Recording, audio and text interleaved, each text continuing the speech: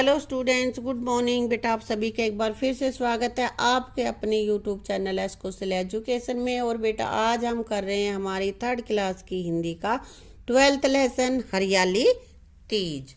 अब हरियाली तीज कब आती है? श्रावण में आती है ना। हाँ, तो बेटा आज हम पढ़ रहे हैं हरियाली तीज के बारे में। लेसन शुरू करते हैं।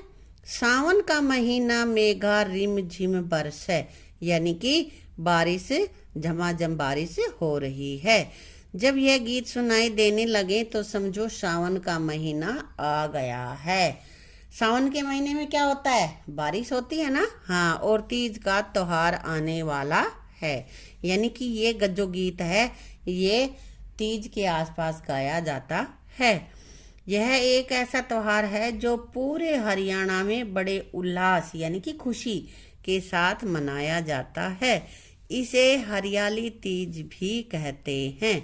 सावन मास के शुक्ल पक्ष की तृतीया के दिन इसे मनाया जाता है, इसीलिए इसका नाम हरियाली तीज है। बेटा उस मौसम में बारिश होती है तो हरियाली तो होती है, और तृतीया को मनाया जाता है इसलिए इसको तीज कहते हैं।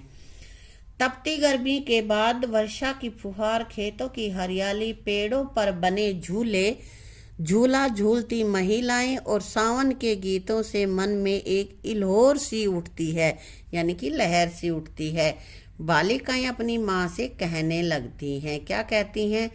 झूलन जांगी ए माँ मेरी, बाग मेरी एरी कोई संग सहेली चार, झूलन जांगी बाग में, झूलन जाएंगी माँ मेरी बाग में।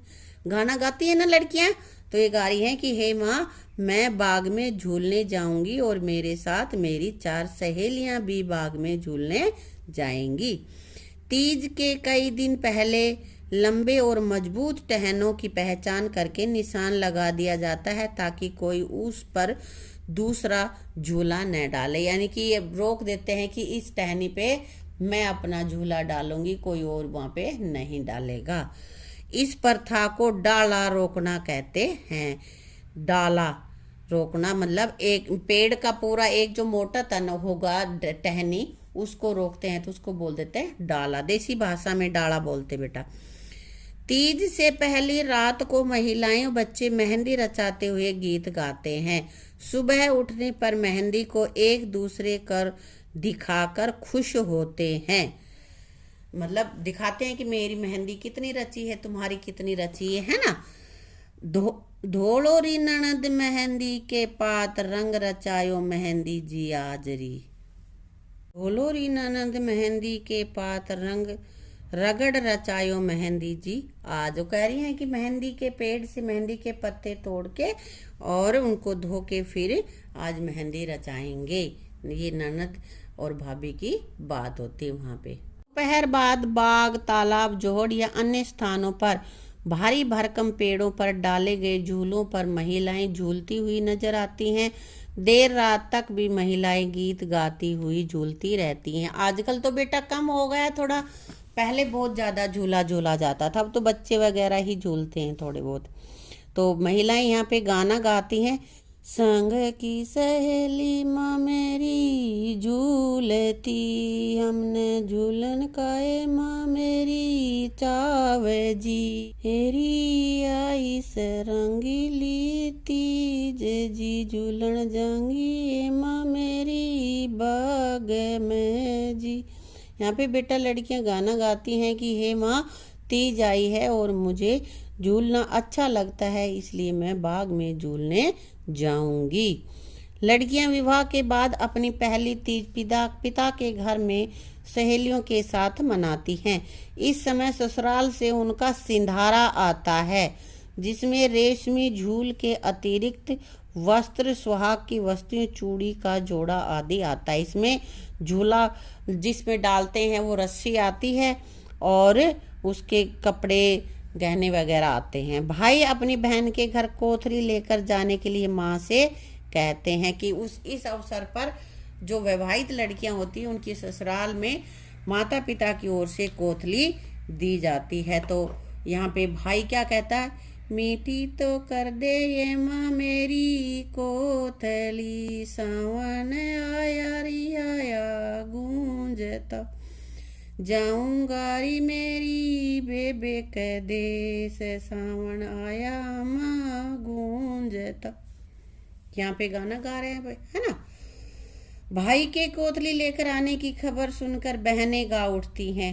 आया तीज का त्योहार आज मेरा बीरा आवेगा, सावन में बादल छाए, सखियों ने झूले पाए, मैं कर लूँ मौज बहार, आज मेरा बीरा आवेगा। इस अवसर पर घरों में सेवैयाँ, खीर, गुलगुले, पूड़ी, सुहाली आदि बनाए जाते हैं। इस दिन पूड़े, सुहाली आदि चीज़ें यहाँ पे बनाई जाती हैं। कौन से विशेष त्योहार होते हैं, विशेष व्यंजन बनाए जाते हैं। इस त्योहार पर घेवर, फेनी आदि मिठाइयाँ बाजार में विशेष रूप से मिलते हैं। तो कौन कौन से यहाँ पे बेटा पकवान बनाए जाते हैं, सेवैयाँ, खीर, गुलगुले, पूड़ी, सुहाली आदि, और मार्केट से घेवर और फेनी वगैरह लाए जाते हैं। इस त्योहार की लोकप्रियता को देखते हुए राज्य में बहुत से स्थानों पर तीज के मेले लगते हैं, और मेले में पींग झूलने मतलब झूला झूलने और सांस्कृतिक कार्यक्रमों का भव्य आयोजन किया जाता है, जिसमें सभी शामिल होते हैं।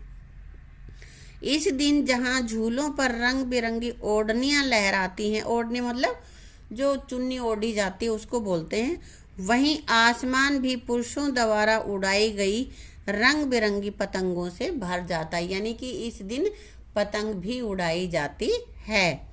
बच्चे, बूढ़े और जवान पतंग और डोर लेकर खुले मैदानों में पहुंच जाते हैं और पतंग उड़ाने का आनंद लेते हैं।